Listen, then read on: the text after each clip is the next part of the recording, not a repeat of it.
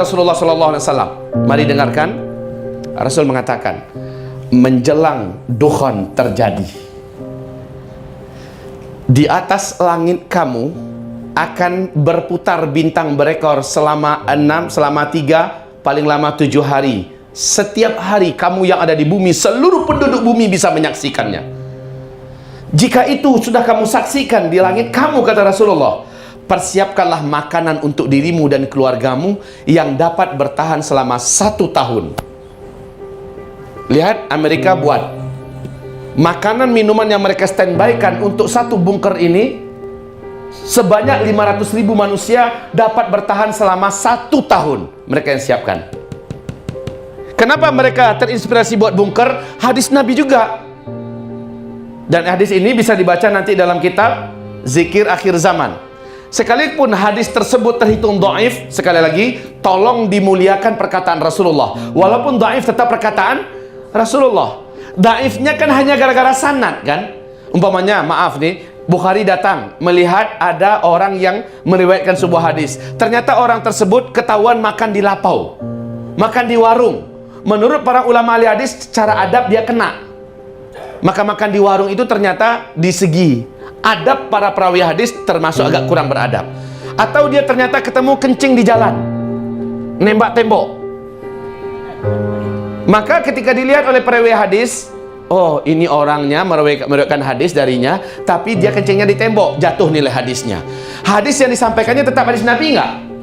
Hanya karena cacat orangnya ini.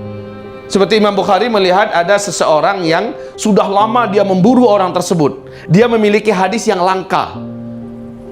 Ketika sampai dengan perjalanan jauh menghabiskan uang yang tidak kira-kira, ketemulah dia dengan orang yang dicarinya. Ternyata orang itu sedang mengejar-ngejar ontaknya.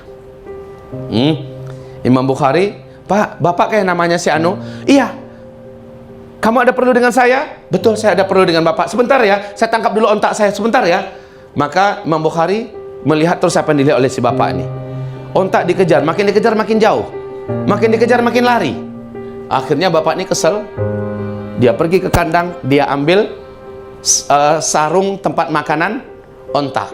Lalu karung ini dilambai-lambaikan kepada onta itu. Onta itu lama-lama mendekat, ditangkap. Kemudian dibawa masuk ke dalam kandang. Kata Imam Bukhari, Pak, itu karung makanan onta. Iya. Kenapa Bapak melambaikan? Supaya dia datang, supaya dia berpikir bahwa saya akan memberinya makan. Padahal Bapak nggak memberi makan. Enggak, ini hanya strategi supaya dia mau datang. Maka kata Imam Bukhari, kalau begitu terima kasih Pak. Ditinggalkan Imam Bukhari itu orang. Ditinggalkannya kenapa? Ditanya oleh orang kampung, loh, Bapak kan jauh-jauh datang mau mendapatkan hadis dari beliau, mau nulis hadis dari beliau. Kenapa sekarang sudah datang, udah jauh-jauh dapat, kemudian ditinggal balik? Apa katanya? Saya tidak akan menerima hadis dari orang yang menipu binatang. Coba Pak. Padahal hadis yang akan disampaikannya dari Rasulullah, tapi orang ini bohongnya pada binatang. Begitulah hati-hatinya para ulama pengumpul hadis. Jadi sekali lagi, walaupun hadisnya dhaif, kita harus tetap muliakan bahwa itu adalah hadis perkataan Rasul sallallahu alaihi wasallam. Nah, dalam hal ini apa kata Rasulullah SAW? Ketika kamu sedang sholat subuh pada hari Jumat, subuh hari Jumat di bulan Ramadan, kamu akan mendengarkan suara dentuman besar di langit. Jika itu terjadi, larilah kamu segera ke rumah kamu. Tentu saja ungkapan Nabi, kalimatnya kamu itu adalah bukan untuk orang Indonesia, tapi untuk orang yang Nabi di mana tinggal ketika itu, Mekah dan Madinah. Berarti subuh di Mekah Madinah, jadwal subuh Mekah Madinah. Terdengar dentuman besar di langit. Hari apa? Hari Jumat. Bulan apa? Bulan Ramadan. Apa perintah Nabi? Ini selepas sholat Jumat loh ini. Perintah Nabi adalah larilah kamu ke rumah. Tutup segera pintu-pintu rumah kamu. Tutup jendela-jendela yang ada dan ventilasi-ventilasinya juga tutup dengan rapat. Masuklah kamu ke dalam kamar-kamar rumah kamu, tutup. Kemudian selimutlah diri kamu dengan selimut, menghadaplah ke arah kiblat. Sujudlah kamu ke arah kiblat, bacalah Subhanal Quddus, Subhanal Quddus, Subhanal Quddus, Rabbunal Quddus. Yang melakukan ini dan membaca ini, maka dia pasti selamat. Yang tidak melakukan ini, maka dia termasuk yang celaka dan binasa. Coba lihat, Nabi mengisyaratkan agar berlindung ke tempat yang lebih dalam. dengan menutupi fasilitas yang bisa memasukkan udara. Dan itu bagi orang-orang yang punya teknologi, dia bentuk dan dia maknakan, dia tafsirkan dalam bentuk bunker di bawah tanah. Oke ya, mereka yang menafsirkannya dalam bentuk bunker bawah tanah. 1 tahun kata Rasulullah, mereka siapkan 1 tahun. Lah kita, Bapak Ibu, setelah Amerika menyelesaikan bunker raksasa di akhir tahun 2012 yang ke-6, Rusia menyelesaikan 3 bunker. Cina juga menyelesaikan bunker-bunker raksasanya. Bahkan negara kecil di sebelah negara Indonesia, yaitu Singapura, 10 tahun yang lalu telah menyelesaikan 1 bunker raksasa yang dapat menampung 250.000 manusia. Indonesia udah punya bunker belum? Belum. Sumur. Mereka punya persiapan. Dan itu berkat analisa mereka sejak 43 tahun yang lalu loh. Ternyata benar Bapak Ibu. 2013 ada 3 meteor yang menembus pertahanan lapisan bumi kita. Meteor pertama jatuh pada tanggal 15 Februari 2013. Meteor ini beratnya 10.000 ton. Melesat dan jatuh di Siberia, Rusia. Pada tanggal berapa? 15 Februari. 30.000 gedung dan rumah yang terdiri dindingnya dari kaca itu pecah langsung Pak. 1.200 korban. Nasib baik meteor itu jatuhnya di danau es, sehingga danau es tersebut langsung membara, berkobar seperti ledakan gunung Merapi. Masya Allah. Meteor kecil loh. Meteor yang kedua masih di tahun 2013, masuk lagi. Jatuhnya di Argentina pada tanggal 14 April. 14 April. Ya. Di malam hari Minggu malam Senin, meteor ini meledak di atas langit negara Argentina.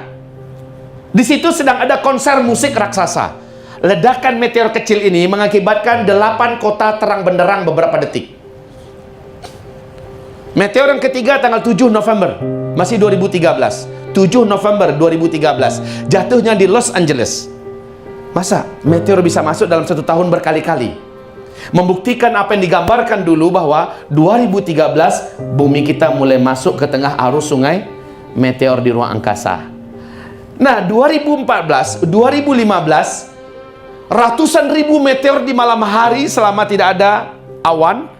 Kita akan bisa melihat melintas di masing-masing negara di malam hari, Bapak Ibu.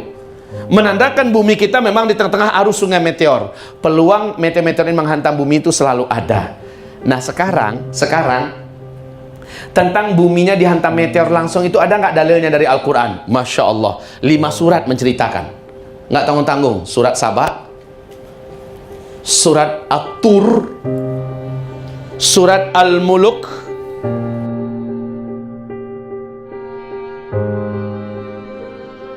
surat Al-Hadid, dan surat Ad-Dukhan.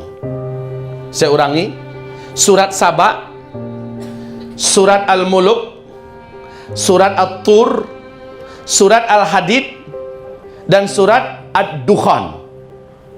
Awas, dampak dari meteor adalah Dukhan. Perhatikan Bapak Ibu. Allah menyebutkan tentang bumi kita ini pernah mengalami hujan meteor, dan nanti di akhir zaman akan terulang kembali bumi mengalami hujan meteor sebelum kiamat. Mari kita bacakan hadisnya dari Rasulullah Sallallahu Alaihi Wasallam berikut ini. Apa kata Rasulullah? Sebentar. Meteor terjadi Dukhan. Ada hubungan langsung nggak? Ada. Ini apa? Lugu, Pak. Bila mengatakan spidol itu lugu. Ini memang spidol, tapi ini akan saya contohkan sebagai meteor. Saya ingat waktu ngajar, ini apa? Spidol. Memang spidol, padahal saya sedang mencontohkan tentang meteor. Meteor itu Pak, kecepatan lajunya di ruang angkasa 1 meter.